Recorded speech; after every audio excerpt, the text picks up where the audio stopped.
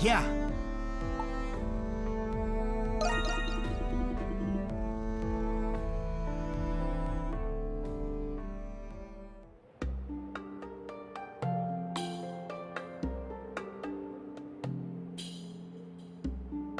Now then, the ritual has been completed according to the Norse scriptures.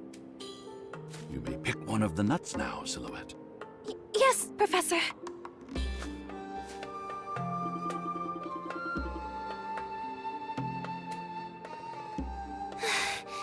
It's finally happening. That's right. We must place our utmost faith in the ancient Norse traditions.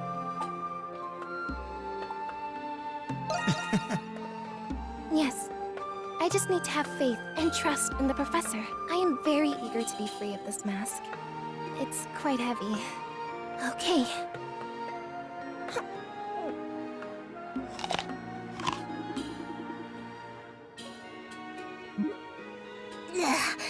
It tastes like grass. Never mind the taste. Have your eyes been healed? I don't feel any different. Let me try removing my mask.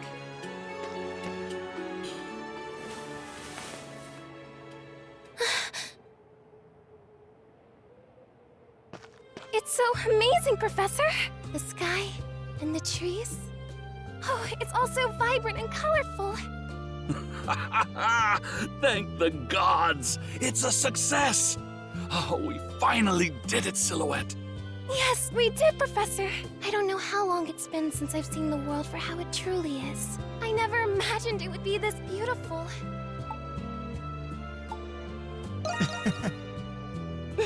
You're right, Adel. I can finally be free of this heavy mask.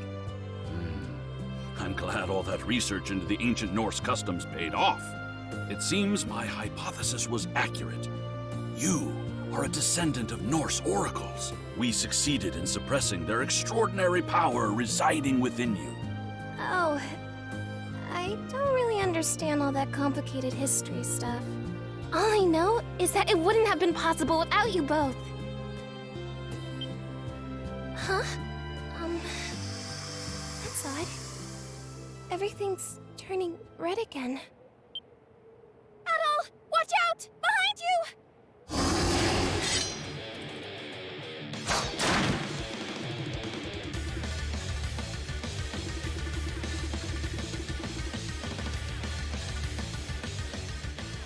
Phew. Good work, Adel.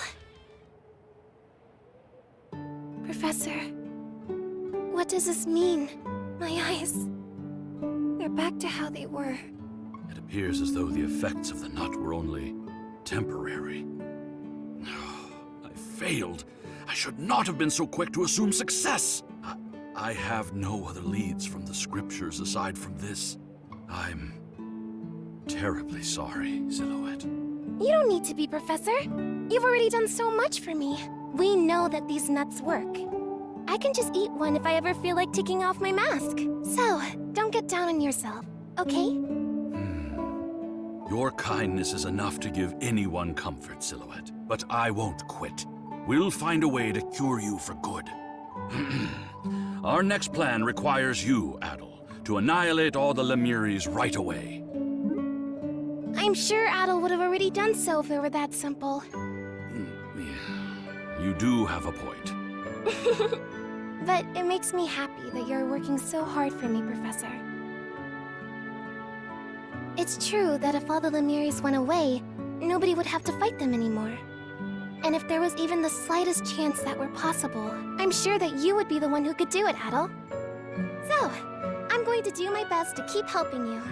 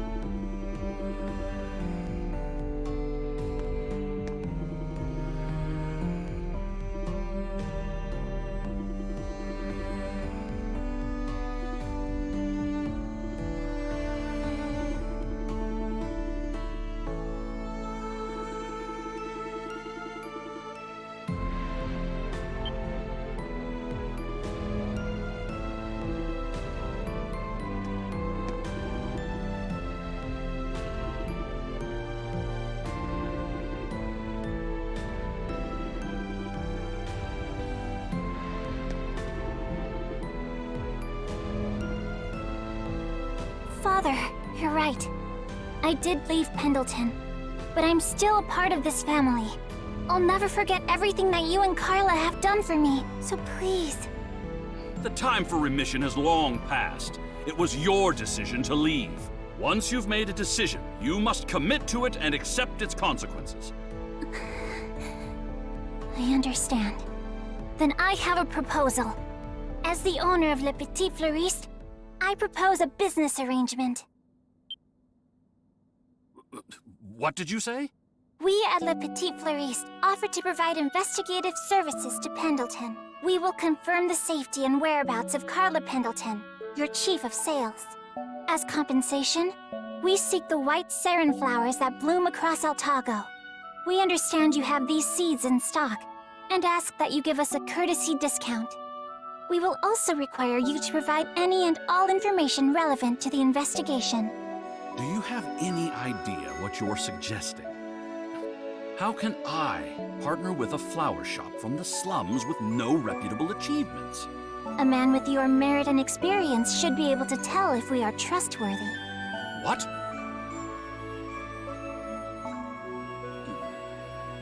Under the conditions I propose, Pendleton would incur no liabilities. Like you said, our shop is still small. That is why we offer to shoulder the risk. As someone once told me, gains are made by taking losses. You'll be up against the Hieroglyph Knights, who are on the brink of war against the Empire. What can a lone flower shop do? We won't saddle you with the details. I know Pendleton is busy enough as it is, but I can guarantee that the results will be satisfactory. Miss Krisha, impressive. Krisha, why is it only now that you're able to do this? Turns out, I had a lot to learn from opening a shop of my own. At first, I was afraid to even decide on order quantities without you and Carla. But if I wanted to keep my shop open, I knew I had to make decisions on my own. I couldn't run away like I used to, even from things I wasn't good at. It was just common sense thinking back. I'm embarrassed it took me so long to learn. So it was I who stifled your growth. That's not true at all. Without you and Carla, I would have never learned the things I needed to get to this point. I could have never done this on my own. That's why I have to save Carla.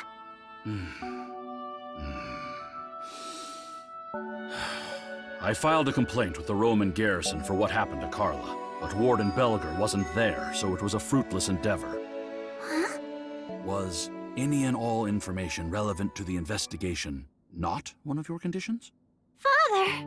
Alas, the garrison didn't have any information, but for whatever reason, the Knights did.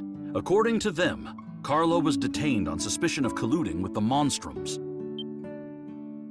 Really? Does that mean...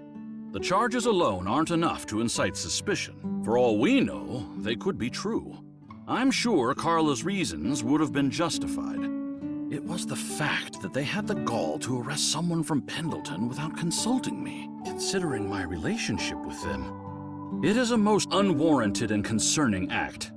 They're not even bothering with keeping up appearances anymore. Or maybe they don't need to. I can't believe it.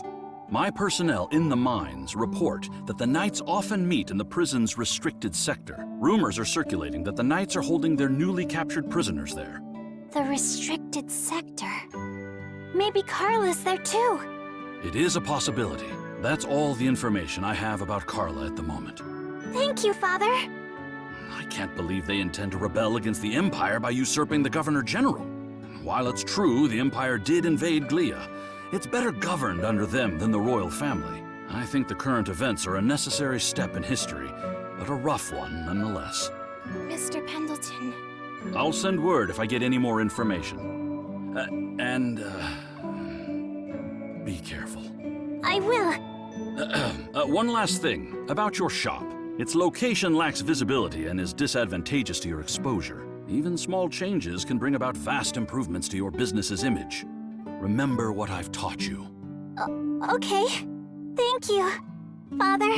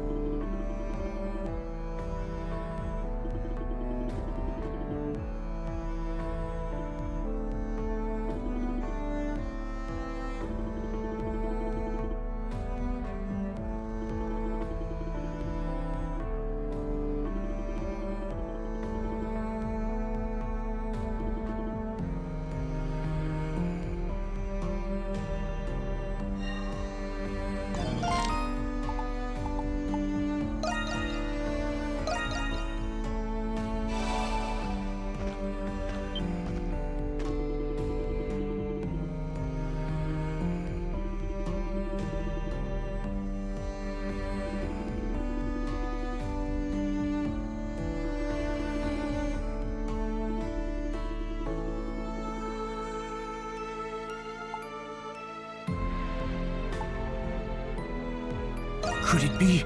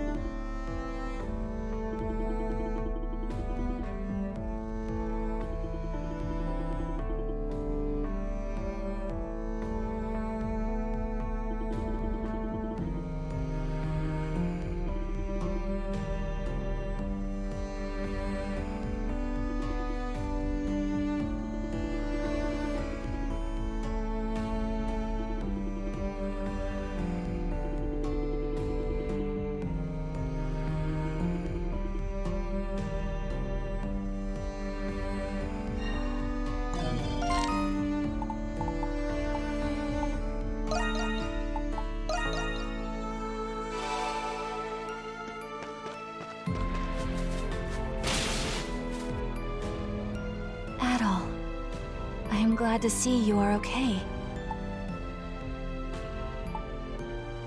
What's wrong?